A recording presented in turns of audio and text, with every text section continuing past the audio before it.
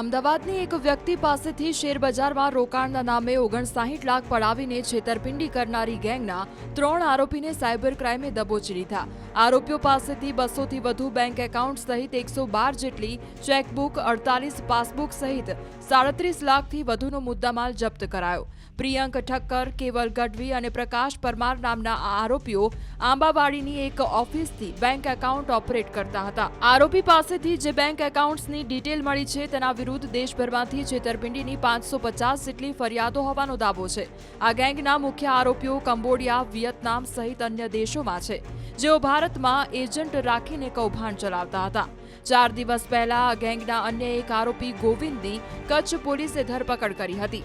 Share માર્કેટમાં વધુ નફા માટે ટિપ્સ આપવાની લાલચ આપીને આ ગેંગ રોકાણકારોને વોટ્સએપ ગ્રુપમાં જોડતી હતી।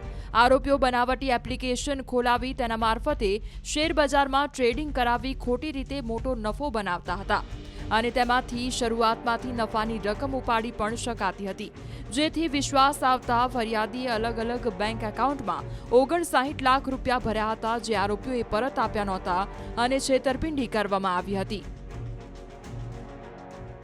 જ્યારે જે વિક્ટિમ છે એ ગ્રુપમાં જોડાયા હતા ત્યારે એ ગ્રુપમાં અલગ અલગ મેમ્બર હતા કે જેમાં એમની ટિપ્સ ફોલો કરવાથી ઘણો બધો પ્રોફિટ થયો એવા સ્ક્રીનશોટ નાખવામાં હતા।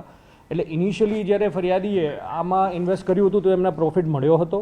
ત્યારબાદ એમને એક application download web base platform ઉપર ટ્રાન્સફર કરવામાં આવ્યા હતા એમનું એક અકાઉન્ટ ખોલાવીને, અને પછી વિક્ટિમ પાસેથી અલગ અલગ તારીખે અત્યાર સુધીમાં 59 લાખ રૂપિયામાં ઇન્વેસ્ટમેન્ટ કરાવીને એનાથી બમણો પ્રોફિટ દેખાડીને વધારે પૈસાની માગણી કરવામાં આવતી હતી। જ્યારે વિક્ટિમ આ એપ ઉપરથી પૈસા વિડ્રો કરવા જાય છે ત્યારે વિડ્રો કરી શકતા નથી ને એમને એવું કહેવામાં આવે છે કે વધુ પૈસા ભરો ટેક્સના નામે યા તો કોઈ પેનલ્ટીના નામે। એટલે ફરિયાદીને ખ્યાલ આવ્યો કે એમની સાથે ફ્રોડ થયો છે, જે બાબતની ફરિયાદ એમને 13 જાન્યુઆરીએ Ahmedabad cyber crime police station ખાતે નોંધાવી હતી। તો આ ફરિયાદમાં આગળ જે અકાઉન્ટોમાં પૈસા ગયા છે એમની તપાસ કરતાં એક અકાઉન્ટ લેયર 2માં 20 લાખનું વિડ્રોલ અમદાવાદમાંથી થયું હતું। તો જેની ટેકનિકલ તપાસ કરતાં અમારા પીઆઈ વિમલ ડાંગર અને એમની ટીમે ઉત્તરાયણના દિવસથી લઈને આજ સુધીમાં અલગ અલગ 3 આરોપીઓની ધરપકડ કરી છે। તો એમાં આગળ તપાસમાં જે આ 20 લાખ રૂપિયા જે અકાઉન્ટમાં ગયા છે, એક પરમાર પ્રકાશ કાલુભાઈ નામની એક વ્યક્તિના અકાઉન્ટમાં ગયા હતા, જેમને આ કેસ વિડ્રો કરીને અન્ય સહ આરોપી એક પ્રિયંક ઠક્કર નામની વ્યક્તિ છે એમની સાથે મળીને આ અકાઉન્ટ અને એમની પ્રોસીડ જે છે બીજા એક ગોવિંદ નામના વ્યક્તિને આપી હતી।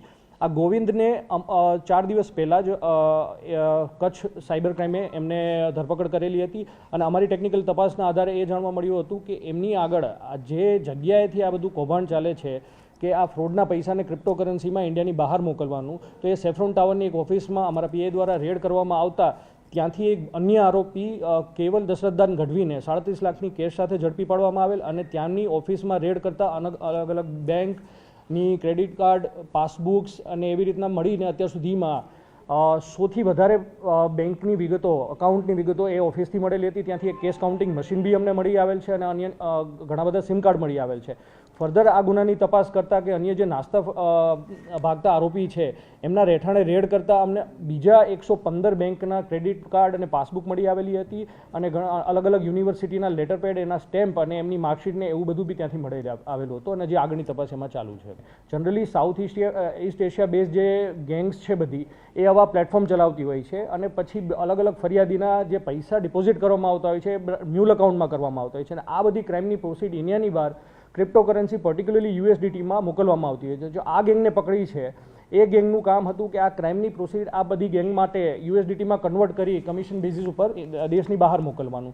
તો હજી બી અમારી તપાસ ચાલુ છે। આગળ અન્ય આરોપી જે આમાં સંડોવાયેલા છે એમની અમે ટૂંક સમયમાં ધરપકડ કરીશું અને બીજા જે આરોપી છે એમની બી તપાસ હજી થઈ રહી છે।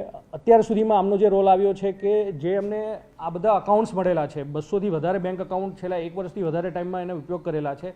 આ 200 અકાઉન્ટ્સની national cyber crime registration portal ઉપર ચેક કરતાં એમાં 550થી વધારે કમ્પ્લેનો મળી છે અને એ કમ્પ્લેનોનું જ્યારે અમે એનાલિસિસ કર્યું ત્યારે એ ખબર પડે છે કે આ કમ્પ્લેનો digital arrest fraud, stock market scam અને ઇન્વેસ્ટમેન્ટ સ્કેમ એના લગતી કમ્પ્લેનો છે અને એમાં આ પૈસા જે સેકન્ડ લેયરમાં આવે છે એ એમને ક્રિપ્ટોકરન્સીમાં બહાર મોકલવાનું આ ગેંગ કામ કરી રહી હતી।